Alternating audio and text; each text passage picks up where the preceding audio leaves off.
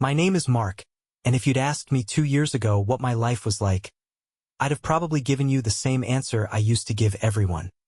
Blessed. Not in the overly religious sense, but in the way that a man knows deep down that he somehow beat the odds. At 47, I had what many men spend their whole lives chasing. A good job, a modest but cozy home, and a wife who used to laugh at all my corny jokes even when no one else would. Rose. That was her name. She's 43 now, but I still remember the first time I saw her like it was yesterday. She had this calm energy about her, the kind that didn't demand the room, but somehow owned it anyway. We met at a mutual friend's wedding of all places. She was wearing a navy dress, sipping water, and watching everyone else swirl around the dance floor like bees around a hive. I said something dumb about the chicken being too dry, and she laughed like I was the funniest man alive. That's how it started. Over time, our story grew the way all great stories do, with patience. We didn't rush. We dated for 3 years, learned each other's rhythms, learned what annoyed the other and how to fight fair. When we finally got married, it wasn't some big, flashy event. Just close family, a small chapel, and a whole lot of love. We had 2 kids, Jonah and Ellie. They're the kind of kids that make you want to be better. We were that family that took weekend trips not just to unwind but to explore.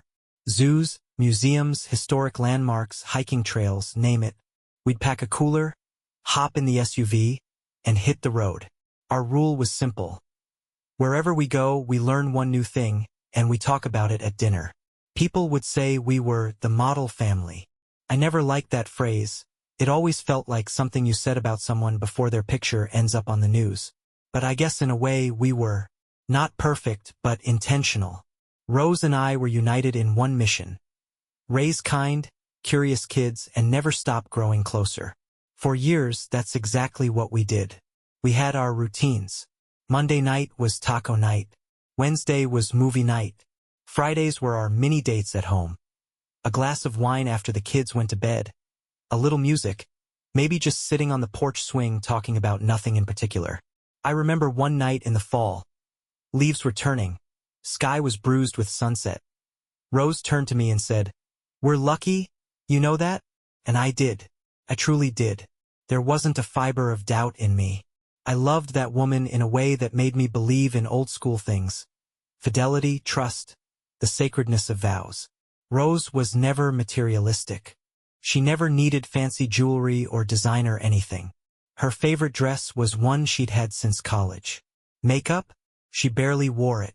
Said she didn't need to cover up when she was already the way God made her. So when the changes started, I noticed. At first, it was subtle. She started waking up earlier to get ready for work. That wasn't unusual in itself. She worked in project coordination for a mid-sized marketing agency, and they had early deadlines often. But instead of her usual 5-minute hairbrush and go routine, she was spending more time in front of the mirror. Longer showers. Foundation. Blush. Mascara. Lip gloss. She even bought one of those ring light mirrors, the kind influencers use. I teased her about it once. Trying to impress the girls at work? I joked. She smiled. Of course. Gotta keep up with the young blood. Fair enough. I had no reason to doubt her. We'd been through so much together. Felt like a phase. Maybe her wanting to feel a little more confident. I supported it, even complimented her on how nice she looked. But then came the late evenings. Meetings that ran long. Out-of-town conferences she never used to attend. And when she got home, she was more distant. Tired, she'd say. Worn out. I believed her. That's what still gets me, even now, how much I believed her. I trusted her the way a roof trusts its beams. Never once did it cross my mind that she might not be coming home emotionally anymore. The signs were there, sure. But love has a way of painting over cracks. Of telling you the house isn't crumbling. It just needs a little weatherproofing. Looking back, I should have asked more questions. But at the time, I didn't want to be that guy. The paranoid husband. The one who plants doubt where there should be trust. I wanted to believe we were still the same couple who danced in the kitchen barefoot, whose biggest fight was over what movie to watch on Saturday night. But life has a cruel way of showing its cards when you're least ready. I wish I could tell you I uncovered the truth like a clever detective. That I found a clue, followed a trail, confronted her with calm resolve. But no, it wasn't like that. It was worse. And that part of the story, well, I'll get to that in part 2. But just know this, I didn't see it coming. And when I did, it broke me in ways I didn't know a man could break. The day I found out was just like any other, which is the part that still messes with my head. You always think the world will shift a little when something big is about to happen. Maybe the birds stop singing, or the air feels heavier. But no, it was just another Wednesday. I'd gotten off work early. Nothing special, just a system upgrade that went smoother than expected. Rose had texted that morning about a team dinner after work. Said they were celebrating a successful campaign, and she might be home late. I told her to have fun. Me and the kids? We were going to heat up leftovers and maybe catch a rerun of some old wildlife documentary Ellie was obsessed with. But traffic was light, and I figured I'd surprise everyone and swing by the bakery Rose loved. The one with the cranberry walnut bread, she always said reminded her of her grandmother. I parked around the corner from her building, thinking I'd pop in and leave the loaf in her car as a little surprise. Romantic, right? Thoughtful. Old-fashioned, maybe, but that was me. That's when I saw it. I was halfway down the block, heading toward the parking structure, when I spotted her. At first, I didn't even register what I was looking at. Just Rose, walking out of the restaurant across from her office. But she wasn't alone. She was with someone. A man. Tall, well-dressed. They weren't just walking, they were holding hands. Now, let me be clear. There's a kind of hand-holding that's platonic. Friendly. Even comforting. This wasn't that. This was fingers-laced, arms-swinging, heads-tilted kind of hand-holding. Intimate. Familiar. The kind of touch you give someone who knows your heartbeat. I ducked behind a tree. Yeah, I know, sounds dramatic, but my legs had already started to go numb. My breath caught in my throat, and I just stood there like an idiot. Frozen, confused, heart hammering like a jackhammer against my chest. They stopped a few feet from the curb, and he said something that made her laugh. Laugh. The same laugh I used to get. And then, as casually as if it were the most natural thing in the world, he leaned in and kissed her. Not on the cheek. Not quick or secretive. Full. On the lips. She kissed him back. I don't know how long I stood there after they walked off. 10 minutes? 20? I couldn't move. Couldn't cry. Couldn't breathe. I felt like someone had taken a sledgehammer to my ribs. Like my insides were trying to fold in on themselves. Eventually, I walked back to the car. Bread still in hand. I didn't go home right away. I drove out to a little park near the lake. Sat there until the sun dipped behind the trees and the sky turned that pale blue that always makes me feel like the day's giving up.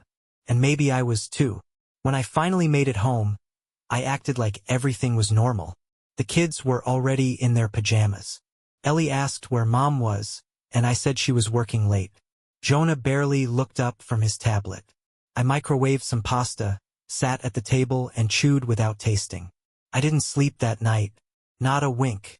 I just laid there, staring at the ceiling, while Rose came home sometime after midnight. I heard her kick off her shoes, move around the kitchen, then quietly slip into bed beside me. She smelled like wine and perfume. The scent didn't make my heart skip the way it used to. It made my stomach turn. I knew then that the life I thought we had was over. The values we built our family on, trust, honesty, loyalty, they didn't just crack. They shattered. And me? I shattered right with them. The days that followed felt like walking through a dream I couldn't wake up from. Or more accurately, a nightmare where you're screaming, but nobody hears you. I went through the motions. Got the kids ready for school, showed up at work, made small talk in the break room. But inside I was unraveling thread by thread. I didn't tell anyone. Not yet. Couldn't. How do you explain something you haven't even accepted yourself? I kept hoping irrationally that it wasn't what it looked like. That maybe, just maybe, there was an innocent explanation. But that image of them together, laughing, kissing, it played on a loop in my head like a cruel home movie.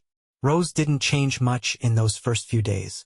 If anything, she seemed lighter, happier, more distracted. She was always humming around the kitchen, sending more texts than usual, smiling at her phone like it was whispering secrets. Meanwhile, I was trying not to break down while folding laundry. There was one night, maybe 3 days after I saw them, when she asked me, "You okay? You seem distant." I looked her dead in the eyes and lied. "Just tired." She kissed my cheek and went back to scrolling. It was around that time I started walking. Not for fitness, not for fresh air, just to feel the ground under my feet. I'd head out late after the kids were asleep, after Rose had said goodnight, and walk aimlessly through the neighborhood. Street after street of silent houses, their porch lights glowing like small promises I no longer believed in. Something about those walks kept me sane. Or at least stopped me from screaming. It was the only time I didn't have to pretend. Out there, no one was watching. I could cry if I needed to. Or just stare at the stars and wonder how something so vast could make me feel so small. Eventually, I made an appointment with a therapist. Her name was Judith, mid-50s, sharp eyes, voice like warm tea. She didn't push. Just listened. I talked about the moment I saw them, how it felt like someone took a red-hot poker and drove it through everything I believed about my life. I don't even know who I am without her, I admitted in one session. I built everything around this idea of us. Of our family. Of what we were. And now I'm not even sure that version of her ever existed. Judith nodded gently. Sometimes when a foundation cracks, it reveals what was hiding underneath all along. That doesn't mean your love wasn't real. It means you were real. Even if she wasn't. Those words stuck with me. They still do. I wasn't ready to confront Rose yet. I wanted to. God, I wanted to scream at her. Demand answers. But I was afraid. Afraid of what she'd say. Afraid she'd lie. Or worse, that she wouldn't. So I kept walking. Kept talking to Judith. Kept showing up for my kids. I'd smile when Ellie showed me her school art projects. I'd nod along when Jonah ranted about the unfairness of middle school. All while my world was burning behind my eyes. I think the moment I knew I couldn't keep pretending was the night Ellie found me crying in the laundry room. I thought everyone was asleep. I was sitting on the dryer, head in my hands, when I felt a small arm wrap around my waist. "Daddy, are you sick?" she asked, her voice barely a whisper. I wiped my face quickly. "No, sweetheart. Just sad." "Did Mommy make you sad?" That question nearly broke me in two. I didn't answer. I just hugged her. Held her like she was the last anchor I had left. The next morning I called out of work. Made myself a cup of coffee. Sat at the kitchen table. And waited. Rose came down, keys in hand, already halfway out the door. "You're not going in today?" she asked. "No," I said. "We need to talk." She froze. Just for a second. But it was enough. Her smile dropped. Her body tensed. And that's when I knew. She knew what I knew. Rose stood in the kitchen doorway, half-turned like she was still debating whether to walk out or sit down. I gestured to the chair across from me. "Please." She hesitated, then slowly sat. I could hear her breath catch, small, sharp, like the air itself had gotten heavier. I wasn't angry. Not in that moment. I wasn't yelling. I wasn't pacing. What I was tired. Just bone-deep, soul-worn tired. "You've been different lately," I said. She looked down at her coffee mug. "I've been busy." "No," I said gently but firmly. "You've been distant. You've been somewhere else. With someone else." Her head snapped up. I let the silence stretch. "I saw you, Rose. Last week. Outside that restaurant. You were with him. You kissed him." She closed her eyes. And I swear I saw her whole body deflate. Like a balloon whose last excuse had just leaked out. "I didn't mean for you to find out like that," she whispered. "That's what you want to say to me?" I said. "Not that it's not true. Not that it was a misunderstanding. Just not like that. I'm sorry, Mark. It's strange. I always thought hearing those words would give me some kind of peace. That maybe I'd feel validated. But all I felt was the cold weight of finality. Like the sound of a door locking from the other side. I nodded slowly. "How long?" "A few months," she said, barely audible. "Do I know him?" She hesitated. That was answer enough. I stared at her. "Who is he?" "Someone from work," she said. "It just happened." "No," I said, my voice firmer now. "It didn't just happen. This isn't slipping on a wet floor, Rose. This is a choice. This is 100 little choices you made while I was packing lunches and helping with homework and waiting for you to come home." She didn't respond. I leaned forward. "I loved you. I trusted you. I thought we were building something for the long haul. Not just for us, but for our kids. I still love you," she said, eyes filling with tears. I shook my head. "No, you don't. You might care about me.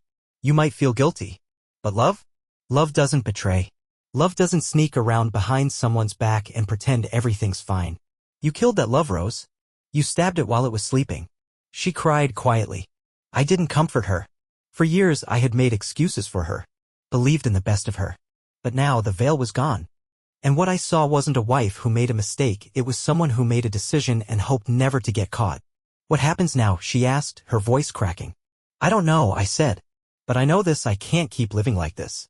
I won't lie to our kids. I won't live in a home that feels like a betrayal every time I walk through the door. So that's it, she whispered. No, I said. This is the beginning of the end. But what comes after? That's still up to us. She nodded slowly. I'll sleep in the guest room. I nodded too. That's a start. That night, the silence in the house felt different. Not peaceful like before, but charged. Fragile. Like if you spoke too loudly, the whole thing might collapse. The kids didn't know yet, and I wasn't ready to tell them. But I started making plans. Therapy became more frequent. Judith helped me process the confrontation, helped me avoid turning pain into rage. Helped me focus on healing, not revenge. My walks became longer. I'd walk past houses where porch lights flickered and kids played in driveways, and I'd wonder how many of those smiles were real. How many of those homes were quietly breaking like mine had. But the world kept turning. The sun still rose. And each morning I got out of bed, brushed my teeth, and showed up for Jonah and Ellie. Because even if Rose had stopped choosing me, I hadn't stopped choosing them. I started journaling. Not because I thought it would fix anything, but because I needed somewhere to put the weight. Pages filled up fast. Regret. Memories. Questions I'd never get real answers to. Sometimes I'd write to Rose. Letters I never planned to send. Things I wished I'd said earlier. Sometimes angry. Sometimes heartbreakingly tender. Because the truth is, you don't stop loving someone overnight. You just learn how to live without the version of them you thought was real. One letter I wrote ended with this. You broke me. But I'm still here. I'm still walking. And someday I'll stop walking in circles and find a path forward. One step at a time. And I believed it. I still do. There's no guidebook for telling your kids that the life they knew is cracking apart at the seams. No comforting manual titled How to Explain Adult Failure to Children. It's just you, your heartache, and two pairs of trusting eyes looking up at you, waiting for answers. I wrestled with it for days. Judith and I talked through different approaches. Keep it simple, she said. Protect their innocence, but honor their ability to sense when something's wrong. The house had grown more quiet. Not the comfortable silence we used to enjoy, not the stillness of love, but the heavy pause of something unresolved. The kind of silence that seeps into bedtime routines and dinnertime conversations. Jonah, ever the observant one, had started asking subtle questions. Why is Mom sleeping in the guest room? Are you guys mad at each other? Ellie, younger and more sensitive, simply clung to me more. She'd crawl into my lap during movies, linger longer when saying goodnight. Kids feel these things. You can hide your tears, but not your energy. Saturday morning came, clear and cool. Rose and I had decided the night before it was time. We'd tell them together. I didn't love the idea, but Judith said it would model unity even in the middle of a fracture. So we sat on the living room couch, side by side, while Jonah and Ellie curled up opposite us, still in pajamas, eyes wide with quiet expectation. I took a deep breath. Hey, guys, I began, trying to keep my voice steady. We want to talk to you about something important. Jonah sat up straighter. Ellie reached for my hand. Mom and I are going through a hard time, I continued. We've been having a lot of conversations, and some of them have been difficult. But we want you to know something first. We both love you very, very much. That will never change. Rose nodded beside me, tears already gathering in her eyes. Jonah asked, are you getting divorced? It felt like a punch to the chest. I wasn't ready for it, but there it was. Straight, clear, and innocent. The kind of question kids only ask when they've already begun to prepare for the answer. I looked at Rose. She looked at me. We had agreed to be honest, not brutally, but truthfully. We're not sure yet, I said carefully. But we are taking space. We're working through some big things. We might not always live in the same house, but we will always be your parents. Always. Ellie's bottom lip quivered. Did we do something wrong? That one shattered me. I pulled her into my arms and held her close. No, baby. Not even a little bit. This is about me and Mom. Not you. You're perfect. Jonah looked away. I saw his jaw tighten, the way mine does when I'm trying to hold in too much at once. Is it because you're sad? He asked Rose. You cry a lot when you think we can't hear. She nodded. I am sad, sweetie. And I'm sorry for making you worry. I should have talked to you sooner. But I was scared. I still am. We both are. We sat there for a while after that. No TV. No distractions. Just the four of us, swimming in emotions too big for the room. Eventually, Jonah asked if he could go ride his bike. Ellie wanted to color. Life continued because it has to. Kids are resilient that way. After they left the room, Rose turned to me. Thank you. I didn't say anything. I just nodded. Because thanks felt like the wrong currency for that moment. That night I took another long walk. The sky was wide and quiet, the kind of night that makes you feel like the only soul awake in the world. I thought about what the kids had said. About how deeply they'd felt our unspoken distance. It reminded me that the walls of a home aren't made of drywall and beams, they're made of trust. And when that trust erodes, everyone feels the draft. The next morning, Jonah left a note on my nightstand. Just a scrap of paper folded neatly. It said, "Thanks for telling us the truth. I still love both of you." And for the first time in weeks, I cried not out of pain, but because I realized the foundation hadn't completely crumbled. Not yet. There was still something left to protect. People think goodbye is a single moment, a slammed door, a packed suitcase, a final wave in the rearview mirror. But what I learned is that goodbye, real goodbye, is slow. It's in the way you stop mentioning her favorite snack when you're making the grocery list. And how you stop instinctively reaching for her side of the bed when you wake up sweating from a dream. It's in every unspoken word, every quiet pause that used to be filled with laughter or habit or love. The morning after we told the kids, I sat at the kitchen table with a cup of coffee growing cold in my hands. Rose walked in, said good morning like she had every day for over a decade, but there was a catch in her voice. A tremble, just enough to remind me that everything had changed. We had agreed to keep things peaceful. At least for the kids' sake. But now came the harder part, untying the knots of our life together. And let me tell you, it's not like untying a shoelace. It's more like trying to separate two colors of yarn that have been tangled together for years. You pull too hard and something tears. We started by making lists. Who keeps the couch? Who takes the grill? What happens to the book collection we built trip by trip from used shops around the country? It felt mechanical, like we were accountants dividing assets instead of partners parting ways. But behind every item was a memory. The wine glasses from our first anniversary trip to Sonoma. The dining table, the one I built by hand the year we couldn't afford to buy furniture. Even the dumb beanbag chair in the den had history. That's where Ellie had fallen asleep wrapped in a blanket the first time she had the flu. I'd sat next to her the whole night reading her stories until she dozed off. None of these things were just things anymore. Packing was even harder. Rose started boxing her clothes, her photos, her little treasures from over the years.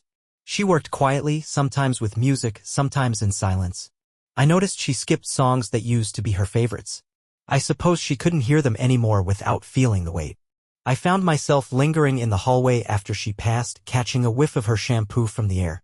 It felt wrong, somehow like I was spying on a ghost. We hadn't made any legal moves yet. No official filings. We were living in the in-between, still married, but emotionally homeless. My therapist, Judith, told me this phase is the most dangerous. It's the part where you can convince yourself to go numb, she said. To just settle into the limbo. You stop feeling the pain, but you also stop healing. She was right. There were days I almost forgot. Days where Rose and I laughed about something silly the kids said or shared a tired look across the room while folding laundry. And for a second, it felt like the old us.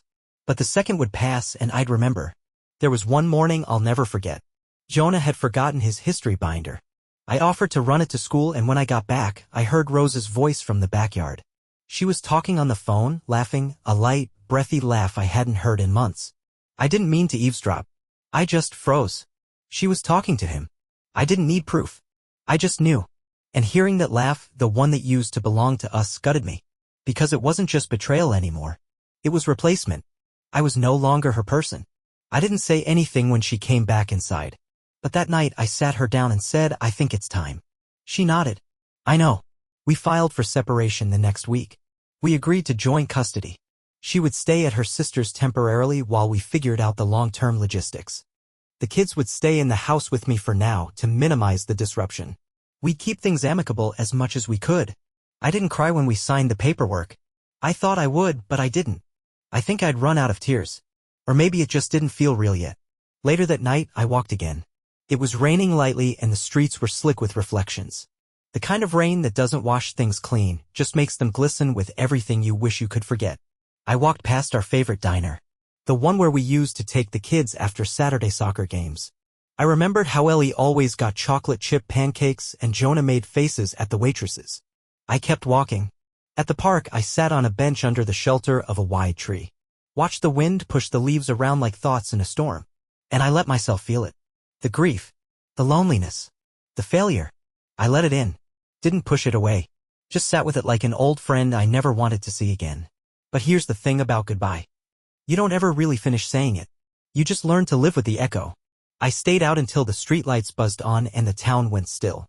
Then I walked home, slowly, step by step, into the new shape of my life. It's a strange thing, waking up in a home that used to be ours and slowly realizing it's becoming just mine. The first morning after Rose moved out, I didn't feel victorious or free, just empty. Her side of the bed was cold, her coffee mug untouched in the cupboard, and her laughter absent from the kitchen. But the silence wasn't angry anymore. It wasn't attention. It was just space. Healing doesn't happen in a straight line. You don't wake up one day, dust yourself off, and declare, I'm over it. If only it worked like that. No, healing shows up in the small things. In the way you remember to eat a full meal instead of skipping lunch. In the first time you laugh at something dumb on TV and don't immediately feel guilty. In learning to breathe through the quiet moments instead of drowning in them. I went back to walking every evening like clockwork. But now, instead of just processing grief, I was trying to find something new in those walks, a sense of direction, maybe. I started noticing things I hadn't before. The couple on Elm Street who always gardened together. The teenage boy practicing basketball shots long after sunset. The older man who waved at every single car that passed. Little reminders that life moves forward, whether you're ready or not. Therapy changed too. Judith stopped asking me how I was holding up and started asking, what do you want to build from this? At first, I had no answer. I was still stuck in the wreckage. But slowly, little pieces of me began to emerge, the parts that had been buried under 10 years of marriage, work, family. I remembered how much I loved playing guitar, even though I hadn't picked one up in years. So I dusted off the case and started strumming again, poorly at first, but it was mine. Jonah and Ellie noticed the shift. Not overnight, but they could tell something was changing in me. I was still sad, sure, but I wasn't unraveling. I was showing up. I was present. I started making Saturday pancakes again. We brought back movie nights. I even taught Jonah how to mow the lawn properly, which ended with both of us covered in grass and laughing like fools. Rose and I stayed civil. She'd come by to pick up the kids and we'd exchange polite updates. There was no bitterness, just the quiet resignation of two people who had traveled far together and knew the journey was done. Sometimes we'd talk for a few extra minutes, and once she even asked how I was really doing. I'm learning to forgive, I said. Not just you. Myself too. Because here's the truth, I carried so much guilt. Wondering what I missed, what I didn't do, how I failed to keep her close. But Judith reminded me over and over, her choices were hers. My job was to own my story, not hers. The kids began to thrive again. Ellie started dance lessons. Jonah made the soccer team. And I was there for every recital and game. I learned how to braid hair from a YouTube video, and I'll be honest, Ellie was more impressed than I expected. Jonah and I would talk late into the night sometimes about school, girls, the universe.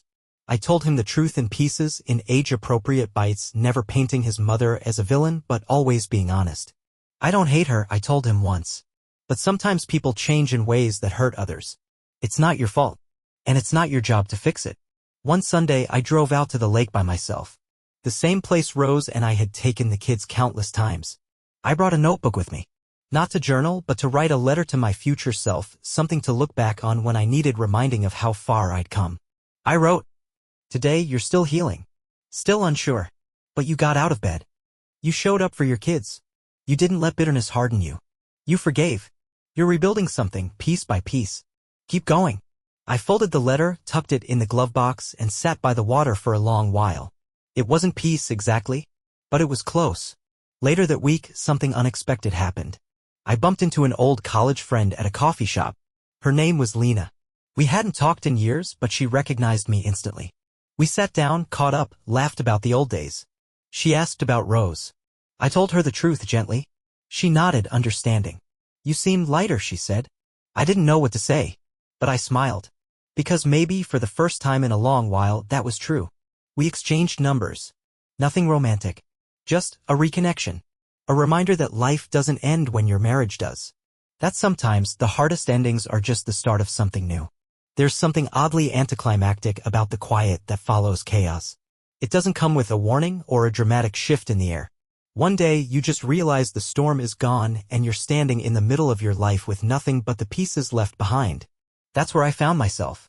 No more court paperwork. No more scheduling around lawyers or child psychologists.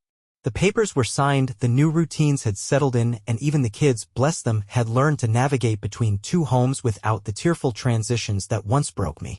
I thought healing would look like triumph. Like some triumphant rise from the ashes movie montage. But healing? Real healing? It's subtle. It's in forgetting the date of your wedding anniversary and not realizing until 3 days later. It's in seeing her name on a piece of mail and not feeling your throat tighten. It's in walking past the aisle where you used to buy her favorite cereal and not thinking twice. But that doesn't mean the echoes don't come.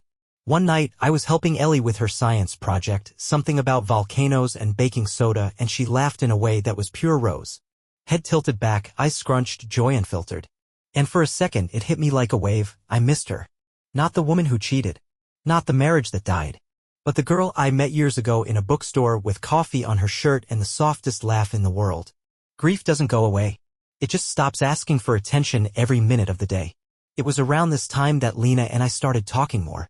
We kept things friendly, simple. I wasn't ready for anything serious and she understood. She'd been through a divorce herself, different circumstances, same aftermath. We swapped stories, scars, quiet confessions over coffee. One evening she invited me to a local art exhibit. Nothing fancy. Just something different. I almost said no. The idea of dressing up, making small talk, pretending like I wasn't still rebuilding from rubble, it all felt like a lot. But Jonas saw the invitation on the counter and said, "You should go, Dad. You deserve something good." That was all it took. I went. I didn't expect much, but something shifted that night. Not between me and Lena necessarily, but inside me. I remembered how it felt to be curious about someone. To ask questions and genuinely want the answers. To laugh at jokes that weren't tied to shared history or inside references, just laughter for its own sake. After the exhibit we walked through town. Lights flickered over quiet shops and the breeze carried that early spring scent of trees waking up. We talked about everything, our kids' old dreams, how neither of us could dance but still did anyway when no one was watching. When I got home, the house didn't feel as empty. I didn't feel as empty. The next few months were filled with more of these moments.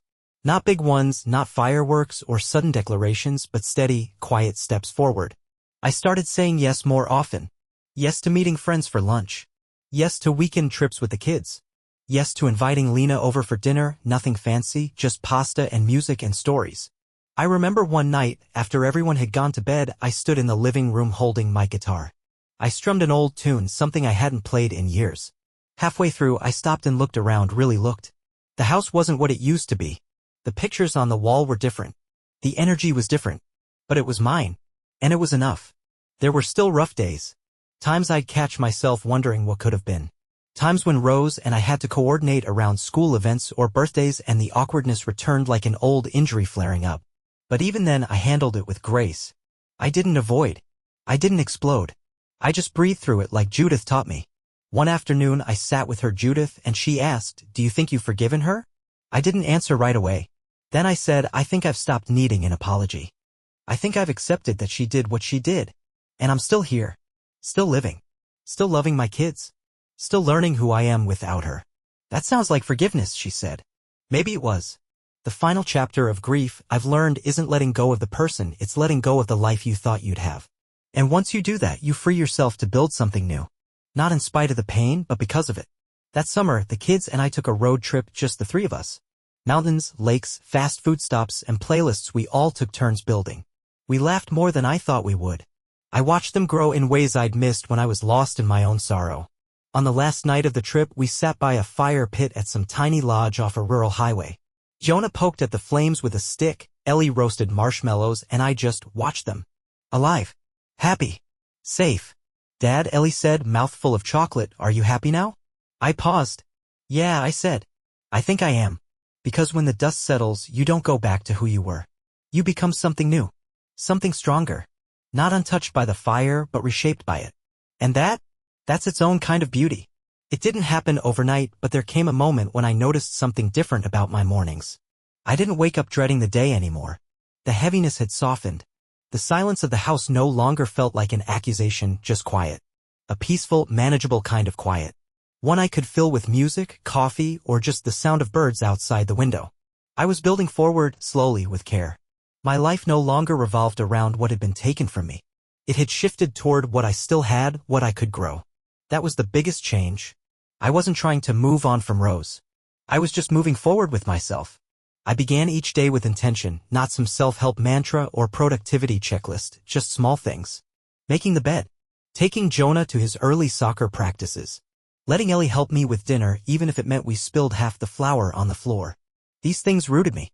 Lena was still around, but it wasn't a love story, not yet.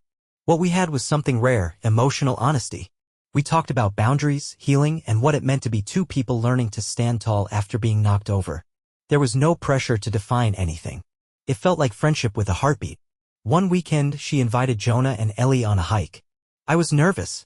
Not because I doubted her, but because this was something new. Introducing someone to the kids carried weight. They'd seen enough instability. I didn't want to give them more. But it went better than I expected. Ellie collected wildflowers. Jonah raced up the trail like it was a competition. Lena kept up, laughing, not trying too hard, just present. That's what struck me, her presence. She didn't try to impress. She just was. That night, Jonah surprised me. She's cool, he said, shrugging in that teenage way that says more than it sounds. She doesn't talk down to us. Ellie just asked when we'd see her again. Something inside me breathed easier after that. I still had hard conversations with Rose, co-parenting, finances, logistics. There were moments where the past would creep in, little jabs wrapped in politeness, and I'd have to remind myself not to engage. I wasn't trying to win.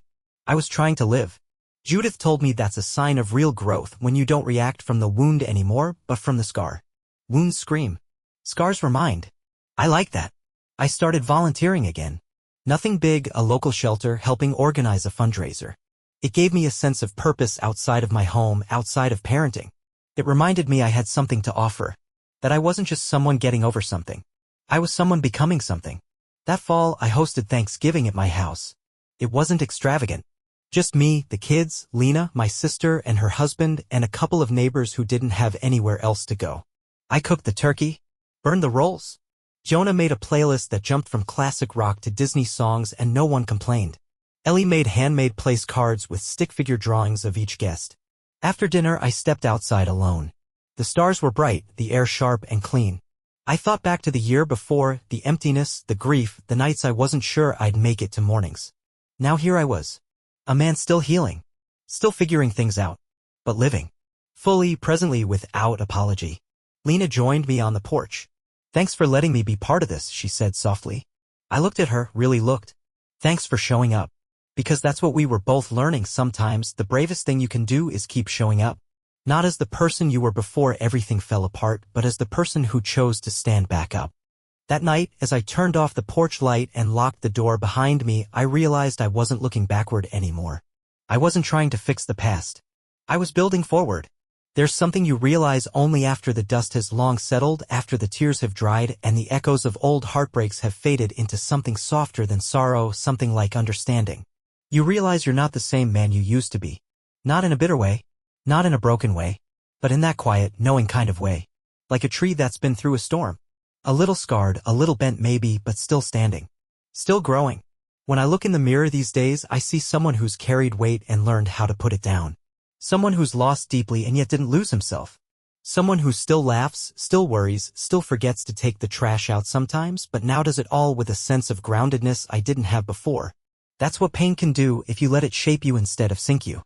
The last year of my life didn't just change my marriage, it changed my view of love, of manhood, of self-worth. I used to think being a good man meant being unshakable. But now I know real strength is being able to be hurt without becoming cruel. To keep showing kindness even when the world gives you reasons not to. It's holding your kids after a long day and knowing they feel safe, not because you're perfect, but because you're present. It's not about winning arguments or proving you were right. It's about peace. Not the kind you find when everything's quiet, but the kind you carry with you into the chaos and the unknown. I still co-parent with Rose. And there are still moments that test me. But I've learned not to measure my life by what she did or didn't do. I measure it by who I became in the aftermath. I became a father who listens more. A man who no longer hides from vulnerability. A friend who makes time. A son who calls his parents more. A neighbor who waves first. I became someone who no longer needs to be loved in order to feel worthy because I love myself enough to know my value. Lena and we're still writing our story. We take it slow.